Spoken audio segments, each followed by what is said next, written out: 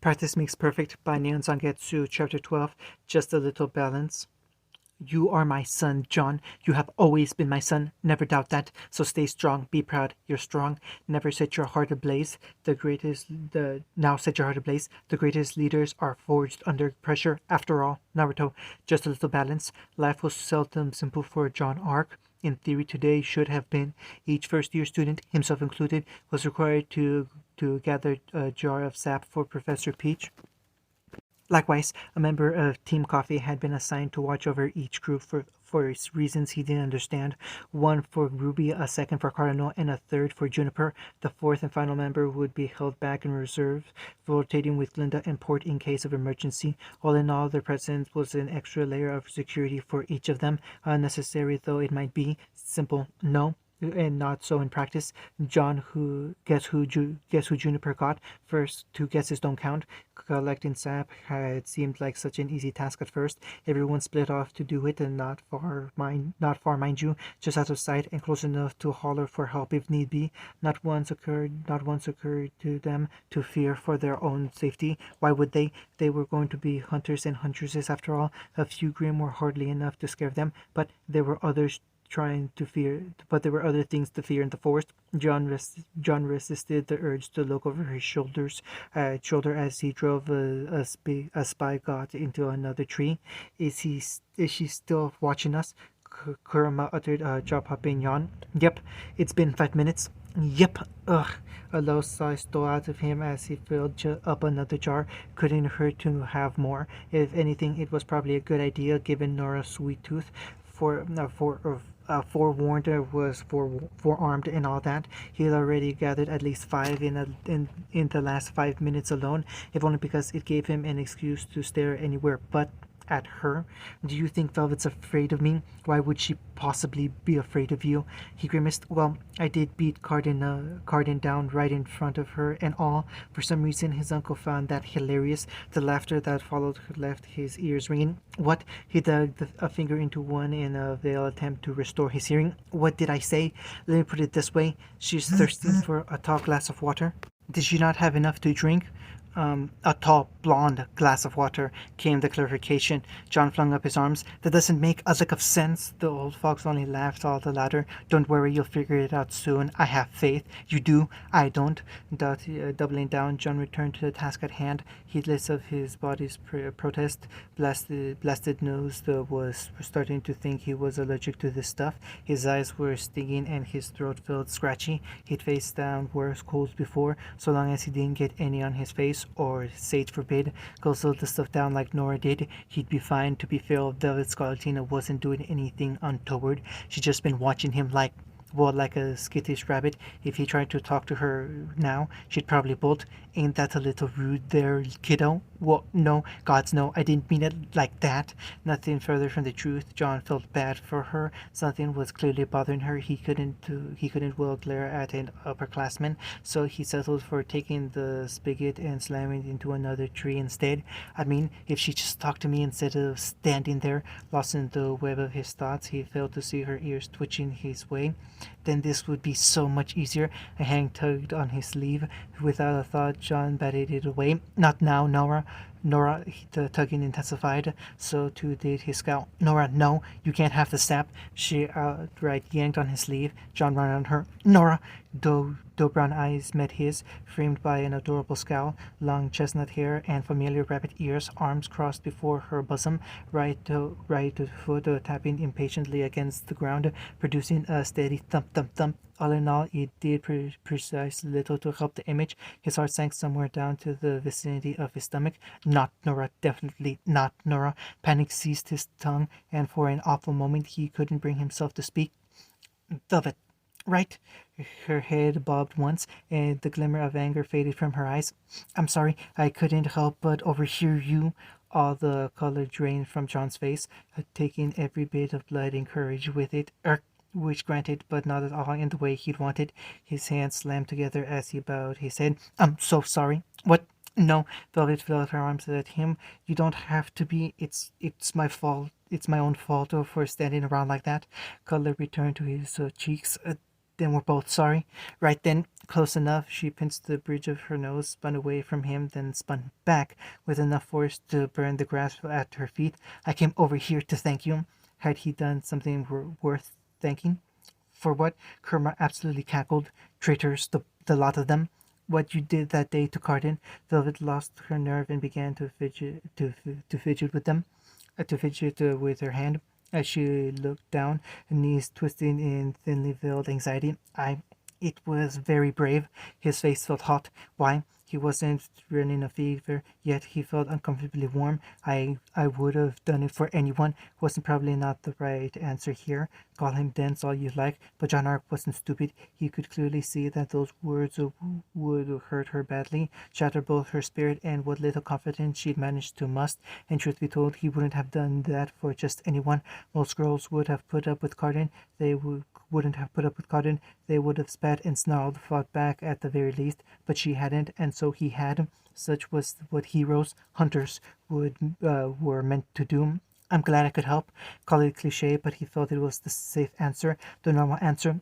Wasn't it? Even evidently not, because Velvet Eyes actually flashed. You did more than help. Her shout nearly had him leap back. Ever since that day, he hasn't bothered me. Her outburst expanded. She looked away. She looked away again, thudding her fingers together. Not one look, not a single remark, not anything. And I wanted to thank you earlier, but I couldn't get up the nerve. So she reached down into the satchel bound to her belt, nestled against her hip. Really were very nice hips. Bad John, eyes upward. Her eyes snapped at his. Had she caught him staring? Was she angry? He hadn't meant to. This is for, this is to say, I made these. Her words crashed together, but he was certain he got the gist. For you. Velvet withdrew her hands from her pouch, bowed her head low, and thrust something against John's chest into more like. His aura actually took a hit from that. The impact alone made him falter, sending him stumbling a half a step backwards. A faint clicking sound hit his ears, and reflexively his fingers closed around the parcel. Huh! His mind mused. A moment of silence stretched between them, then another still. John blinked, cleared his throat, which suddenly felt terribly tight. His brain physically rebooted. This cannot be happening to us, it cried to his eyes. Look again. We are, his eyes hollowed. It's real. She'd given him a bag of cookies, freshly baked by the smell of them. They were still faintly warm in his hands, bound up in a nearly transparent red bag, much like her namesake. A scarlet string bound the plastic near the top, preventing it spill out in his hands. Still, a girl had just given him cookies. And with that realization, John's world came unspooled. No one outside of his family had never done this for him. Not here, not back in Ansel, not anywhere really. Gee, I wonder why. Wasn't it like you had any scary sisters to chase them away? He slapped his sassy uncle down.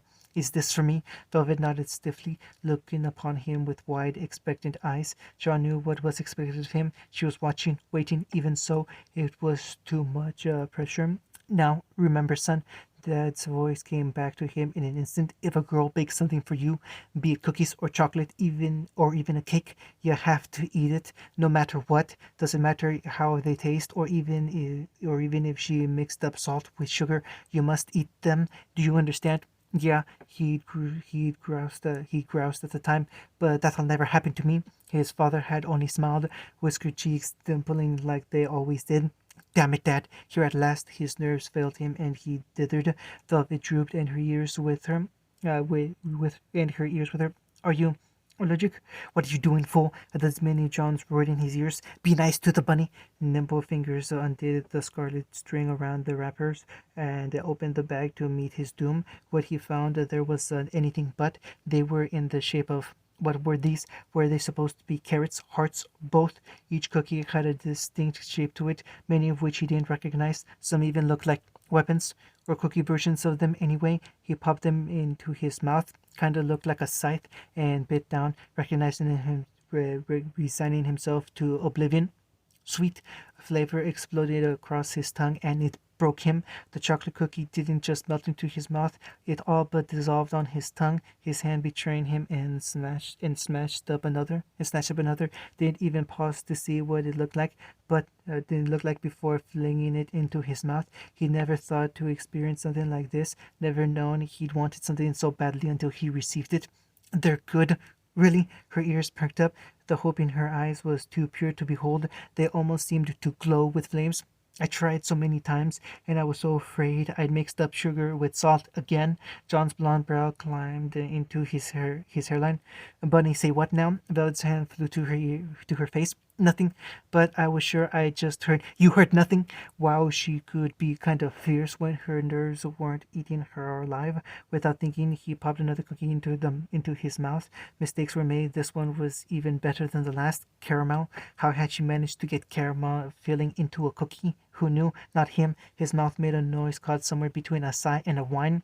They're good, he sniffed out, unable to contain himself. So damn good. Now it was Velvet's turn to squint. Are you crying? No, it's just no one's ever done this for me. Dull brown eyes blinked. No one. Sure, his sisters had made cookies for a time or two, but they were usually god awful or filled with salt as a prank. The less said about Dad's cooking, the better. Mom had been known to bake on occasion, but therein lied the rub. She was good, too good. With so many hungry mouths, her cookies were devoured as soon as they were made. In that, his siblings showed no mercy. But this was for him and only him. It felt good. Never thought cookies would bring you to tears. Guess it takes all kinds. I'm sorry. He laughed out an apology to Kurama as much as Velvet. I sound like an idiot, don't I? No. Her eyes sparked. You don't? I kinda do. No. That was his only warning. John's every combat instinct blared a warning as Velvet Scarlatina stepped forward. In truth, he had expected an attack, but when she ventured into his personal space, maybe he'd been trained a little too well in that regard. Perhaps some habits were too well ingrained to shake after all these years. As luck would have it, John was only half right. When the assault, when it came, was not at all what he expected it to be. He inhaled sharply, catching the faint smell of cinnamon and perfume. When she was upon him, something warm, soft, and infinitely yielding graced his right cheek. Little more than a feather's brush, his body pushed up against her body pushed up against his, nearly drilling him into a nearby tree. The contact lasted all of an instant, then drew back thrice as fast, leaving him to wonder if he'd imagined it in the first place. Kerma whistled like the wolf he wasn't. Sneaky girl. There, Velvet skipped backwards, refusing to meet his eyes. Now you have another first. John tried to speak, but his tongue committed a bloody mutiny and refused to work properly. I'll see you around. Yeah, her nerves must have failed her too, because she tugged her long ears down over her eyes. It did nothing to hide her pink cheeks. She stammered out another thank you and bolted it back in the other direction before he could say anything more. Huh? A distant, detached part of him mused. She really could give Ruby a run for her money when she tried to. More than that, she'd done something he was fairly certain Ruby never would. A trembling hand touched his cheek. It was still warm. Wow. First kiss, was it? He tried in vain to recall any such event and came up short. Nothing. There really hadn't been any girls interested in him back home. The most he could recall was holding hands with a green-eyed girl when he was very young. That was, in every way, a first for him. A dopey grin spread across his visage. Wipe that silly grin off your face. Kurama gave him a swiftly jab. We've got company. We do, but I don't sense any. Having fun, my boy? A jolly laugh pervaded John's ears as a hand slammed down on his right shoulder, hard enough to make his aura flare. A jolt juggled Velvet's gift from for a wild minute, somehow managed to get both hands on it, and wrangled it down against his chest like a precious gem. Only then, once his heart stopped trying to leap into his throat, did he dare turn around. Familiar busy brow and a drooping mustache filled his vision. Professor Port. In truth, he'd nearly forgotten about the jolly old fellow on this trip. Port had the air about him. I see you found yourself an admirer. The teacher cast a weather eye towards Velvet's rapidly retreating form, bolting the way he'd come. Ah, young love reminds me of the old days. He'd flooded John's face. warm lips, the fullness of her figure pressed against his. It does, indeed. Another slap on the back nearly knocked the wind clear out of him. The stories I could tell. A meaty arm draped itself over his shoulder. So many adventures. Please don't. John's brain pleaded. You'll put me to sleep. An awkward pause settled between the two of them. At least he dared to breach it. Did you need something, Professor? Now that you mention it, lad. Port pulled away, considering him for a moment. There's something you can do for me. His smile gained an edge. Think of it as an extracurricular activity of a sort. Anything to get away from babbling man. And what might that be? Dodge. Port's axe whipped at John's head with a speed that belied the old man's girth. In other words, far, far faster than it had any right to. He actually glimpsed his dumbstruck reflection in the bladed blunderbuss. That then reality restarted itself. Instinct once tightly leased broke free and howled to the floor. Forefront, John's left leg carried him forward as the right stumped down, strengthening his stance. Aura flashed, sparks skittering across his fingers, just as well because when he did something foolish indeed, he caught the bladed instrument with his palm. Pain flared in his arm, and he felt his reserves plummet, but his grip held fast, if only just. The ground was not so fortunate. John felt farther than saw the soil splinter underneath, heard it part with an awful crack. Fine fissures spread out from the point of impact, threatening to sink his footing entirely. His knees buckled. He firmed them up again with a pulse of chakra, squared his shoulders, and stood tall, fingers bitten into the bleeding edge. Cracks scrawled across the steel. Blue eyes bleeded red, blazing with rare anger. He hadn't been hit like this hard since one of that spars. Even then, Naruto had restrained himself. But that, he rasped, wasn't very nice. Port's smile was all teeth. It was not a very nice smile. For a wild moment, John wondered if the teacher would carry through and try to chop his head off. He certainly had the strength to do so. Imagine his surprise then when the older man relented with a hearty guffaw. You pass! John's jaw clicked open. What, dear boy? The lunatic slammed his axe into the dirt and whipped a mirthful tear from the corner of his eye. My apologies for the sudden ambush, but I had to be sure. Sure of what? John grit his teeth. Your lineage, of course. Something flashed in Port's gaze then, the eyes of a man whom Beacon thought to be little more than a senile old coot, well past his prime. What else? I was certain before, but now I am. Ha! He leaned closer, still grinning. After all these years, you're his son, aren't you? John's blood ran cold, his lips sealed shut. He daren't speak. There it is. Port reeled back. That's the look, just like your father, after all. The man's grin was nothing short of gleeful. His eyes were open beneath that bushy brow of his, dark irises regarding him with undigested gleam. What fun! Tell me, how is that old fox doing? He refused to rise to the bait. Anything he said could be used against him. I don't know who you're talking about, sir. Not going to tell me, eh? Port puffed himself up and shrugged. That's fair. Still, I do believe I told you to dodge, boy. Peace said. The man moved to stow his weapon on his back. Not catch my axe. A finger flicked his forehead. Do be more careful next time. I could have maimed you, and you didn't even strike back. A pudgy finger wagged at him. For shame. We'll need to cultivate that killer instinct of yours in the future. Wait. John looked left. John looked right. Not a soul inside. Port had chosen this moment well. Did you want me to hit you? Port's smile had entirely too many teeth for his liking. Maybe next time, if you can, but let's not get ahead of ourselves. John's world began to whirl, bringing with it a faint sense of nausea deep in the pit of his stomach. There was going to be a next time. None of this made a lick of sense. Who was he? How did Professor Port, assuming that was his real name? No, Dad, this shouldn't be possible. I frightened you. Don't worry, boy. Port patted his head, tussling his hair with a large hand. His fingers were cold. Your secret is safe with me. A bushy brow quivered down at him as he winked. After all, it would be so boring if you were outed from Beacon before he arrived. Wouldn't you agree? Well, that's my piece said. With another guffaw, the jolly round fellow waltzed away, a spring in his step. Do give Naruto my regards when you see him next. A dark eye winked over his shoulder from one faker to another. Tell him I said hello. And one last thing. A fat finger rose, just so we're perfectly clear. just so we're perfectly clear on where we stand. He paused, pivoting to face him full. There it was again, a hint of the smile that bordered on sadism. Do not bore me, John. You wouldn't like me when I'm bored. An invisible pressure came with those words, slamming down on his shoulders like lightning itself. It wasn't that, but it felt like that. That same ominous intent, that sheer sense of presence when he got serious. This was worse, colder, sterner. Mania masked behind a merry facade of cultivated over decades. Wait! Against his better judgment, he called out to him. Who are you really? The man pivoted on one heel, marched away, and didn't look back. Why? Port, of course. Who else would I be? Was it the truth? A lie? Some mad blend of the two? He wasn't sure. There was a part of him that didn't want to know. Instead, he held his tongue as teacher trotted away, whistling merry whistling a merry as he was. John didn't dare move, not until Port was well out of sight. Right.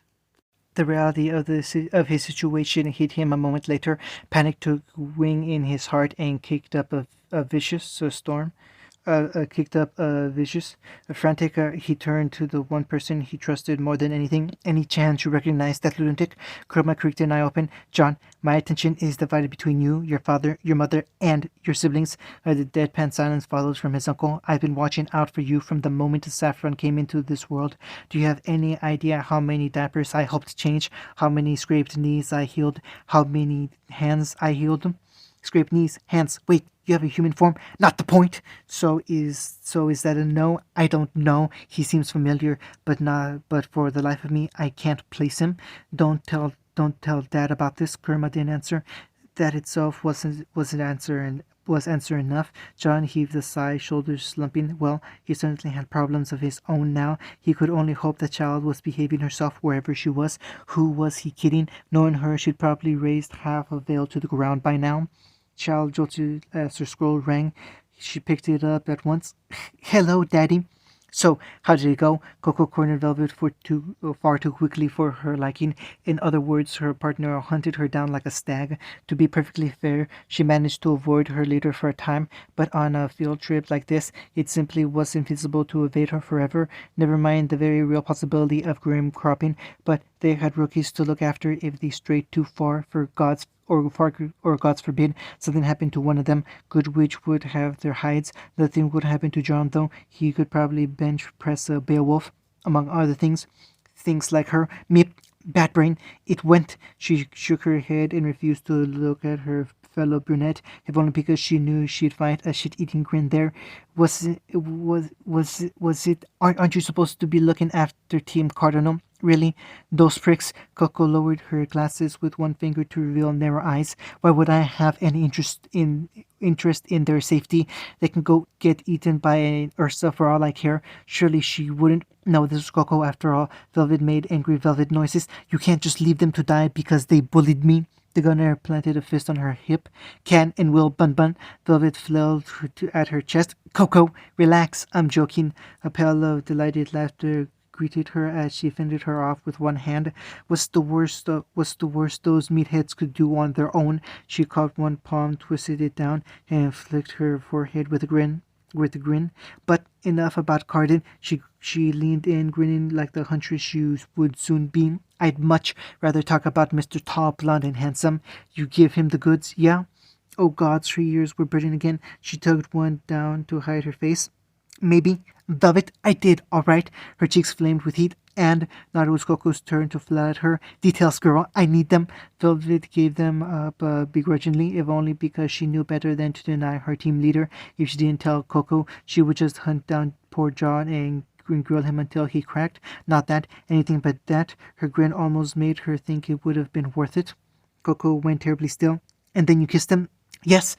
No. She cursed. She course corrected with a yelp, realizing her mistake. No kissing, none of that. There was no kissing. Coco's grin had been smug before. Now it was nothing short predatory. A moment of silence passed between them, and then, damn girl, you're thirsty, Coco sputtered. Velvet sputtered. Coco!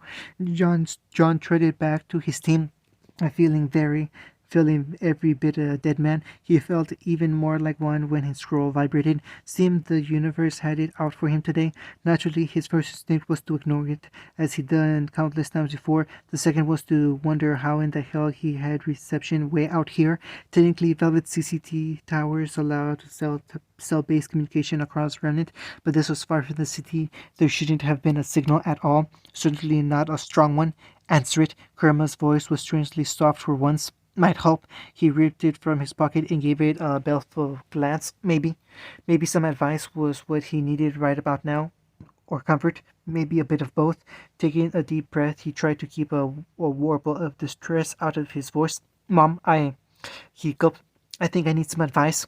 Don't tell Dad. Oh, sure. A low voice drawled in his ear, brimming with sarcasm. Now, my wayward son asked for advice. Nope, not Mom. Not here at all. This was it. His life was over. He was doomed.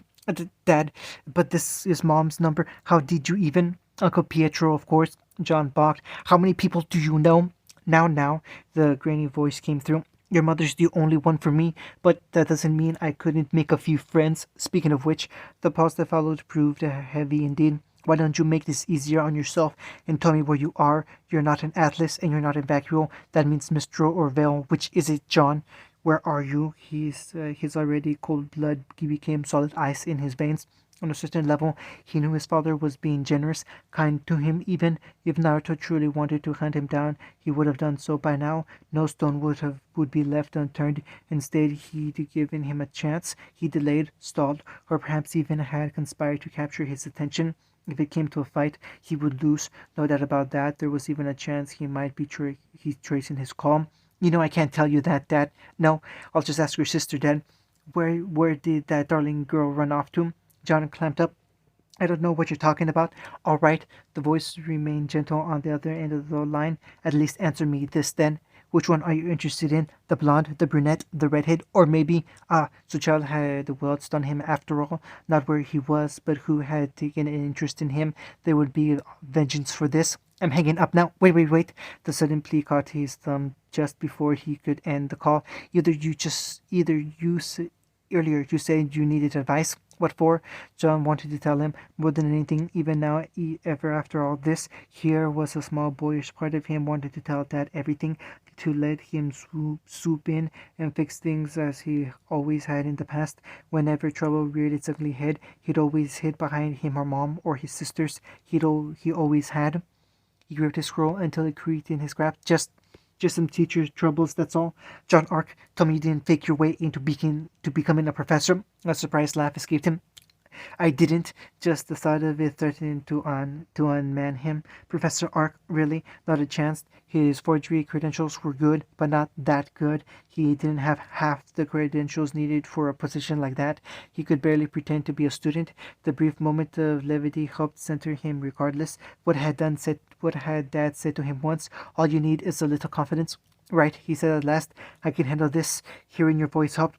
John, the pause made him wince. If you're in danger, you'll let me know, won't you? I'm not in danger. It wasn't a lie. Not really. Just give me a little more time, please. I'm begging you. You have until I track you down and drag you back by the ear. It was the best he'd get, and not a single day more, young man. Your sisters are worried sick. For him, Saffron, he could understand, but he couldn't imagine Valen and the rest being worried about anything. Had something happened, he nearly asked, but some sixth sense told him not to. Mom wielded guilt like an axe, but Dad could talk circles around someone. He wasn't about to fall prey to his father's infamous talk no jutsu. No openings here. No, sir. Your mother's worried too. We all are. Come home, John. All right, maybe one opening. Dad, no, he gritted his teeth, mastering a sudden surge of sorrow. I'm not going back. I can't. Then you'll need to prove you're strong enough to stay. He shivered. I will. I'll prove it. A pause. You'll lose. We'll see. Neither spoke for a long moment. Naruto sighed into the silence. Love you, kiddo. Heat slammed John's face. He sputtered. Dad! Though the line went dead on his father's laughter, strangely enough, it lifted his spirits. John took a deep breath and exhaled. His fear began to bleed away with it. Dad was right. He had absolutely no hope of defeating him on his own. But then again, whoever said he had to do it alone? The spark of an idea struck burning bright. Ninja. Ninja never played fair. After all, it began to gutter out as he considered the sheer enormity of the task before him. That's all well and good, but how am I to beat him? Even with backup, he's way too strong. He'd need help, a lot of help, if he even wanted to scratch Dad. Never mind beat him back. It was too much. He couldn't. Hey, John, a sudden tug against his sleeve stilled him. For a moment he thought it was Velvet come back to ask him a question. Not now, anything but now. He looked down, blinked, frowned. Pretty sure Velvet didn't have silver eyes. You're looking pretty down there. Ruby Rose looked back up, her eyes wide in concern. Are you alright? Ordinarily he would have said yes, fobbed her off with an excuse or something, but she looked so small, so pitiful, so concerned, and he wasn't alright, not by a long shot. It felt like the whole of Remnant had crashed down around his shoulders, not the burden alone threatened to crush him. I messed up. The words burst out of him before he could think to hold them back. My sister's got me on a leash, my dad's looking for me, and now this. Silver eyes fluttered in a quick blink. You have a sister? Not important. He palmed his face with a groan. I'm starting to think coming to this school was a bad idea. I'm a failure. Nope. He paused. No. Nope. She shook her head and threatened and retreated half a step, clasping both hands behind her. I don't understand. Means no. The faintest hint of a smile lifted her pale cheeks. You're a leader now, John. You're not allowed to be a failure. John felt his right eye twitch. Her words didn't soothe him. If anything, they made him angry.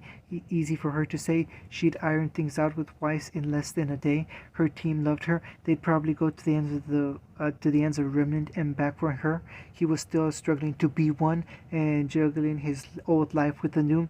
But what if I'm a failure at being a leader? Nope, came the happy chirrup. Again, with that, he planted his back against the tree and slid down it, dropping to his haunches. You know, you're not the easiest person to talk to about this kind of stuff.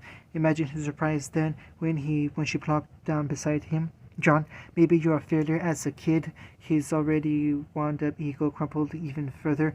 Great pep talk, Ruby. I feel so much better. You might even be a failure the first day we met.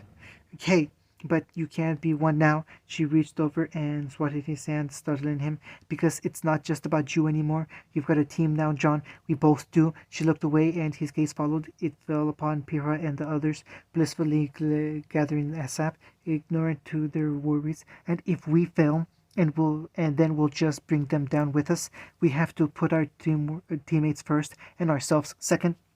Not trying to fail, he muttered morsely into his arms. I just don't know where to start. Ruby didn't answer at first, and he began to fear she'd given up on him. You already have. John's head shot up. Excuse me, I said you already have. Ernest's silver eyes met his, glowing with fervor. You don't even realize half of the things you've done. There was no escape. He leaned back and Ruby pushed forward, nearly falling into his lap to get at him. Not just for me, or even that velvet girl, but Weiss too. His eyes watered. Ruby, your team deserves a great leader, John. She climbed to her feet and offered him her hand. And I think, no, I know I know that can be you. You just have to try, no matter what Weiss does. What was that last bit about Weiss? Vengeance will be mine. He heard the battle cry in the distance, followed by the death gurgle of a Beowulf. Ruby waved a hand. Weiss is Weiss. You get used to it. That same hand swung back, all but squashing against his face. What I'm saying is, you can be a good leader. We both can. You just need a little confidence and, stuff. She flashed a timid smile at him as her nerves failed her. Practice makes perfect. After all, it was too much. John broke down, not in tears but laughter. A great hearty guffaw tore out of him, leaving him bent double. Everything sounded so simple when she put it like that. Ruby misunderstood, of course. She guffed and puffed out her cheeks in anger. It only made him laugh all the harder. Just a little confidence. Just how often Dad threw that very saying at him. Now here he was hearing it again. Was it really that simple? Just a little confidence. He reached down, took her hand, and pushed him upright. Then he struck. Ruby never saw him coming. One moment he stood before her, the next his arms drew her into a crushing embrace. Her heart slammed into his chest as she made a noise of protest, muffled against his jacket. John, thank you. he muttered over his shoulder, heedless of her complaints. Thank you so damn much. His arms tightened around hers as he bent down and buried his face into her hoodie. It gave him time to blink the tears away when they threatened to overwhelm him.